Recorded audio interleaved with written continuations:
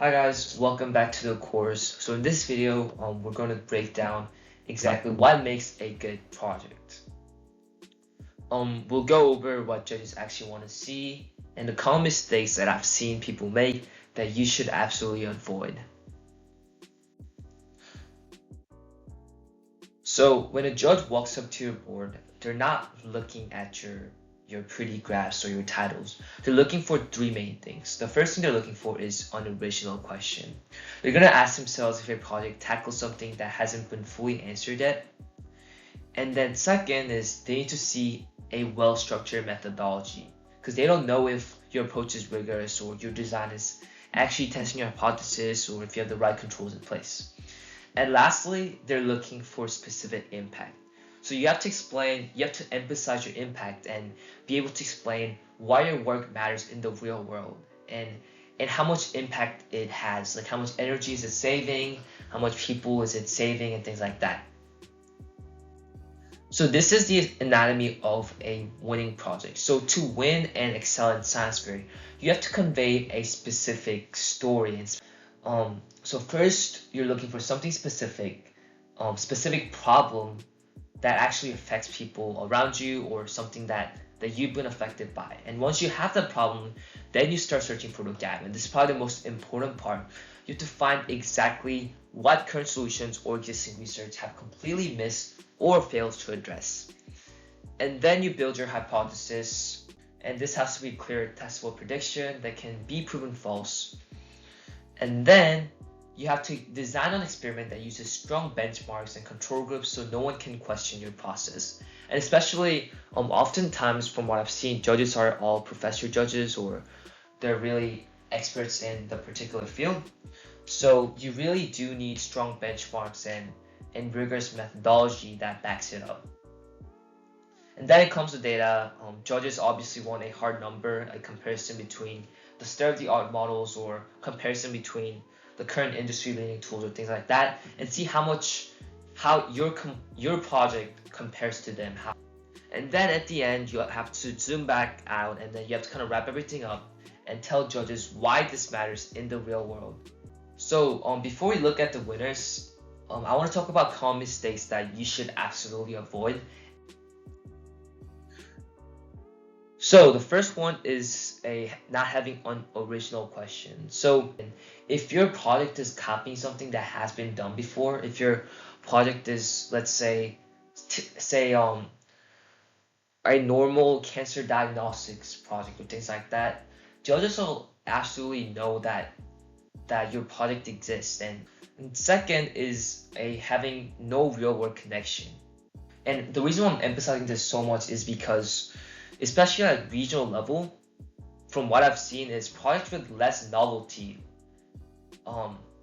win most of the times at the regional level, because oftentimes what happens at regional fair is the judges are volunteer judges. They're not PhD judges or professors. They're just volunteers. So they're more likely to be surprised and impressed by project that has crazy real world connection, even if it's not novel or whatsoever. And next one is don't overclaim conclusions, right? So if your data shows a 5% improvement in compared to the other models, don't just stand there and tell unexaggerated numbers. Keep your claims grounded as what it is. Lastly is bad interview. And this is something I really want to emphasize. I pretty much consider science fair to be 70% speech competition and 30% research. Oftentimes it comes down to how well you present your project and how much you're connecting with the judges. It's more of a speech competition sometimes.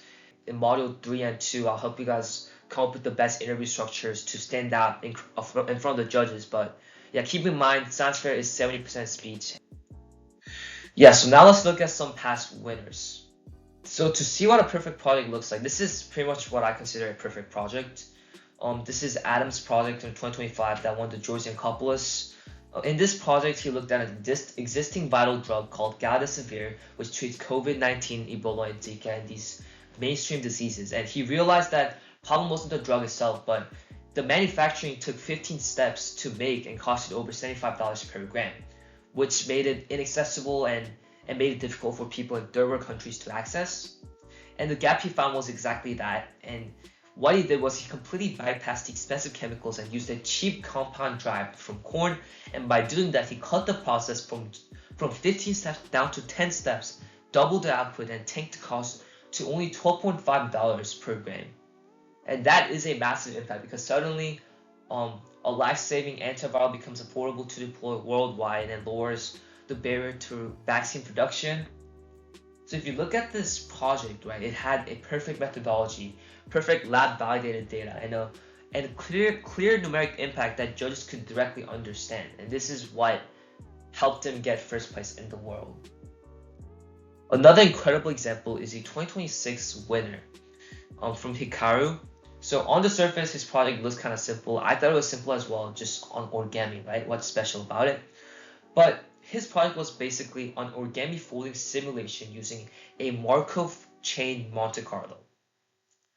Right? So the problem he addressed was currently simulating how thin materials fold in 3D takes a massive amount of computer power, and the old simulation methods always got stuck in local minima. And the gap was that math proof for a global optimal configuration was completely missing, and that's where he stepped in. He brought in MCMC sampling to solve the origami problem, and he proved mathematically that it worked. Yeah, so like we just did, it's really helpful to look at past projects and see what the past winners did. So I'm going to show you guys something that y'all can use to access the past winning project. So right here on my screen is the ISEF virtual board. It's isef.net. And what you can do is filter down to whatever category you actually care about. And just click around, read the abstracts. It has the abstracts, has the video, has the person explaining what the project is all about. So it is a really great resource to use and get your ideas and learn about what kind of projects make it to ISEF. Yeah, so take some time, dig through the past winning projects, and I'll catch you guys in the next video where we actually start brainstorming your research idea. Thank you.